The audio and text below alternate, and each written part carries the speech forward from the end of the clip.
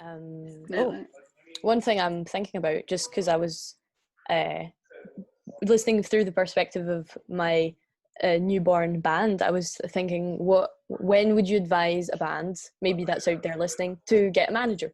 I know it varies for everyone, and I know, as we were saying at the beginning, how some of them just need to get their shit together, but just kind of a ballpark kind of thing.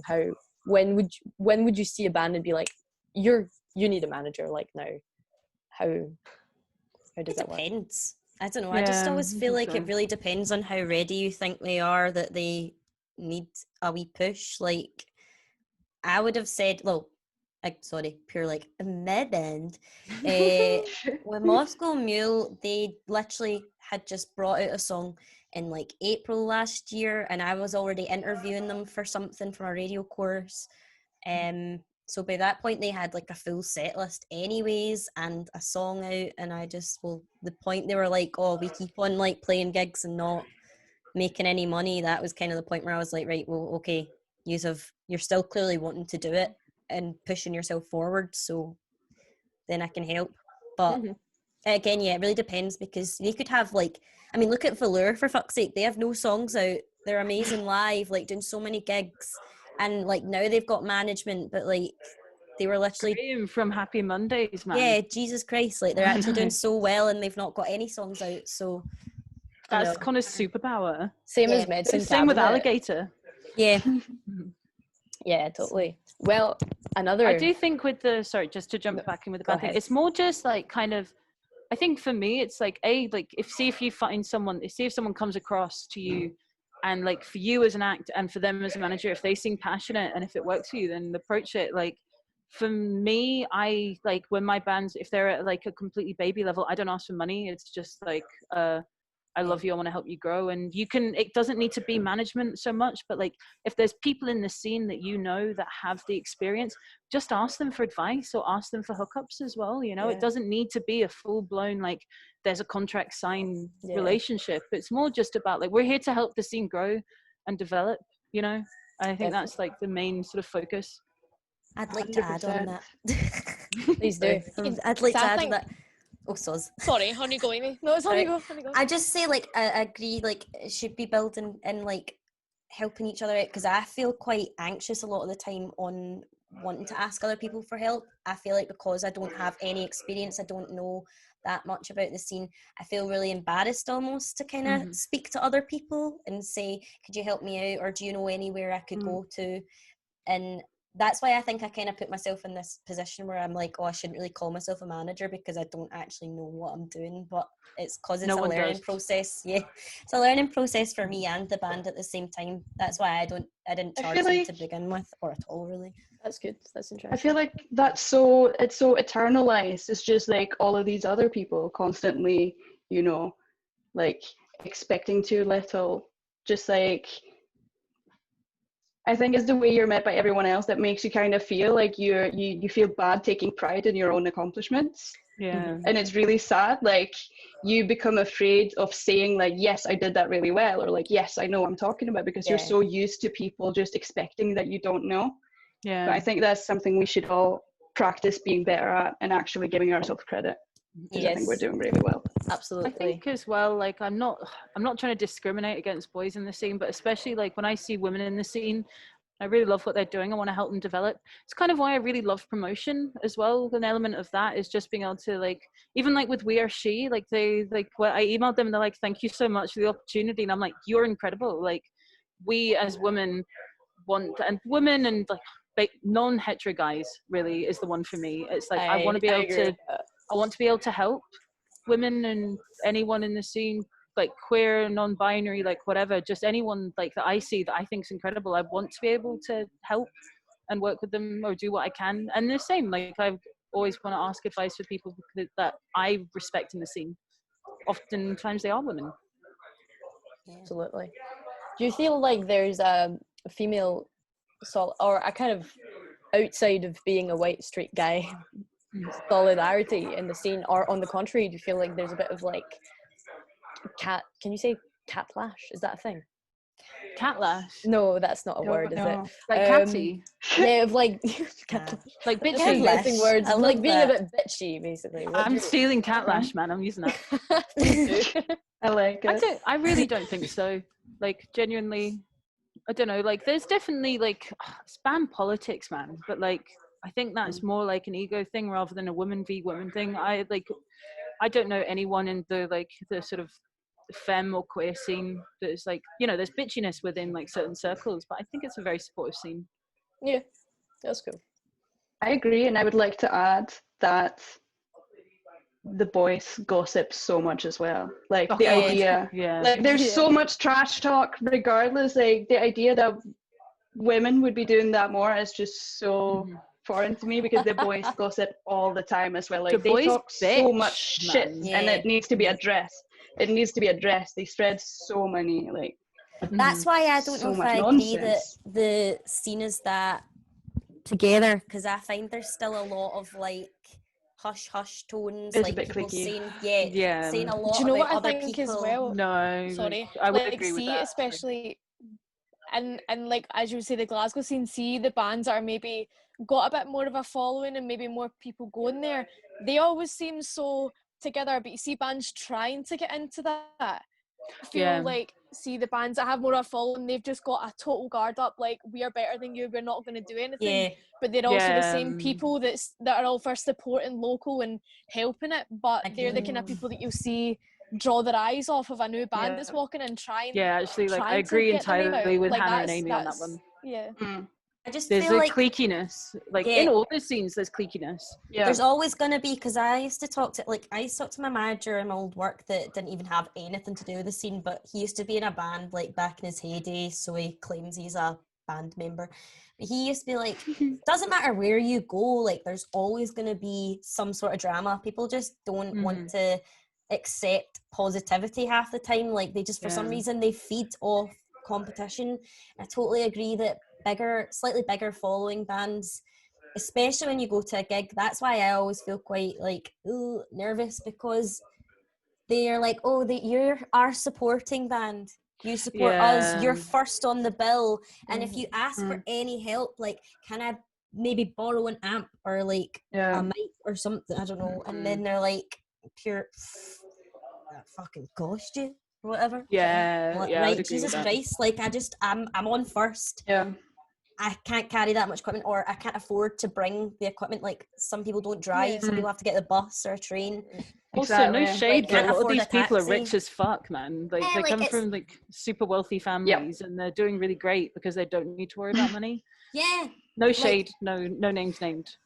Again, like people that are just small bands, they're all paying out their own pocket.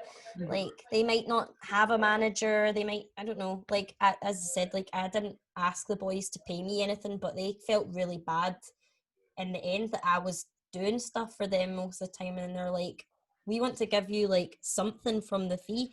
And I felt that was really nice. They didn't have to do that. Like I still would not want them to give me anything. Well, that's fair. Then again, you're working, so I obviously it's fair to not ask for fees, but after a while, fuck free labor. I think there's an element of like the way I always like say to my bands, it's like I don't want money when I know you can't afford it. When you can afford it, I always like I ask my travel covered, and it's kind of at the point where it's like if it starts eating into my ability to work, like if I can't work my second job, then definitely. But it's like that's why I only like work with bands that I'm really passionate about their ability to progress, and also the fact that like there's a trust. I think that's so hugely important in it. You know, it's a two-way relationship, man. You need to treat each other with respect, and it's like hope that you'd get it given back.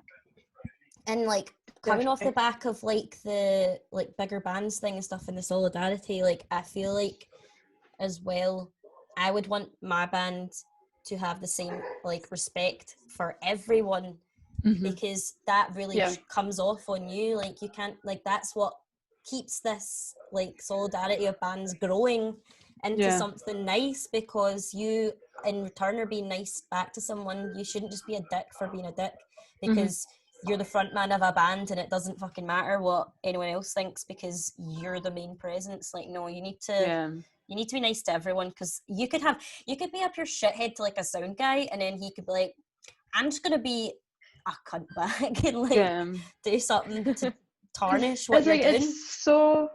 It's so fucking silly as well, because you would think, like, we're all in music. Like, out of all of the choices we could have made, you have to be in music for the love of it, because there's no money here. Like, we all know it. We all know it's a fucking struggle. Like, we're all here because we love it and because we believe in it. And for me, that's the same thing working with Stoned Immaculate. It's like, I don't care about getting paid. Like, when I saw them live, I was like, this is like, you know, it's just about seeing all of that potential and wanting to do everything in your power to help them succeed. And it's just like, that's what it should be about. Like, it's a shame that we can't get paid, but that's not the most important thing, I think, at this stage. Get yourself out there. Yeah, that's really cool. All in good time. About the solidarity, I just felt, my views might be biased a bit just because obviously I only have one experience, but I felt at first anyway that, and still do a lot, that there was a huge, maybe I don't know how it felt for you guys. Well, Libby, maybe it was a while ago and wasn't for the music, so maybe that doesn't apply to you, but it might. And Miranda, definitely, how you felt like maybe you were treated differently because you were for someplace else, or I don't know. I just felt like I was instantly super welcomed from. I went from knowing no one to knowing like 100 people so fast, and I still do. And just for the whole bigger bands that don't include you, I just really felt super welcome. Well, I put my wee track on SoundCloud one day, and the next day the Stoney Macs were like, oh, we want to play with you, and now they're in my band. But they love you, man. I love them. They're too. angels. They're such good boys, man. That's true. I think for that, you go, Libby. I'll go second. Oh, I don't know. Like, so I came to Glasgow, not ever really working with bands, not really ever having any kind of like, my life back home and when I was studying was totally different. So I only really got into music through being in Block and just, you know, seeing a lot of gigs, really loving it, starting to get to know people. But honestly, like, I only really got to know people through getting on it and then getting into the sort of social scene and then just becoming really passionate. So I was very lucky that I kind of got welcomed in where I kind of already knew people. But I do think there's definitely an element of you go from being like, oh, someone who's like hanging about and is like kind of there to like just for the fun of it, and then making that transition to someone to be taken seriously is a bit of a like step for sure. Absolutely. What about you, Miranda? I think for me, because I have this weird kind of disguised accent that's just whatever, I tend to mimic what I hear. People can't really tell that I'm foreign. And it comes down to like literally even like the band I manage at one point, I think it was a couple of months ago, I was plugging something in with one of my European plugs and our drummer Scott was like, what's that? I'm like, you do remember I'm from Sweden, right? So it's like, I have so many of them, man. They don't like, right? It's like, so because of my strange accent, people don't really clock that I'm foreign. And like, so I moved here 2 years ago, right? And I just kind of fit into the whole scene pretty, like, not seamlessly. Like, I didn't have a lot of pals, but I had a few pals and that was enough. But I kind of just popped up into it. I remember talking to Craig from Fiends about a year after I moved here. He was cutting my hair and he asked how long I'd been here, and I said I'd been here a year, and he was like, what the fuck? I thought you were here the whole time. Like, I thought you'd always been here. And I'm like, that's a strange thing to hear, but I think it's probably a nice thing to say, but I don't know. I feel like I've heard that kind of thing a few times also. Yeah, definitely. Yeah. You're so passionate, Miranda, though. Like, my kind of first interaction with you was always at gigs and I was just like, she fucking loves the music, man. And same. I think that's like, I do think there was like, I don't know, not to be a big sentimental bastard, but I remember when you put on your Ivy Nights thing and it was like instantly going to be successful because people know how much you care. I do think like, while a lot of the time the folks with money and the folks that are like, you know, going to be able to put on a swanky show are like definitely have a step ahead. Like, people do respond to passion, I think. I hope. Yeah, big time. I hope so. It meant a lot that you were there, and also that you were happy to answer any questions I had while trying to. I wanted to come together. To be honest, like, I remember like being to Alex, I was like, Velow's going to sell out. You know it's going to sell out. I'm going to Miranda's thing. Silly. You were there and it made my heart happy. It was great. Yeah, it was such a cool... I mean, I couldn't make it because I was seeing Sleater Kinney that night, but it sounded like such a cool event that instantly was mad. And I was next time. I was so happy that you... It was mad. I was so happy you offered to sell my zines there. That was so cool. Oh, it was so good. It was just a great little... That was so kind. Yeah, I did buy one. I don't know where it is, but I've got it. Nice. That's mine, literally. Nice.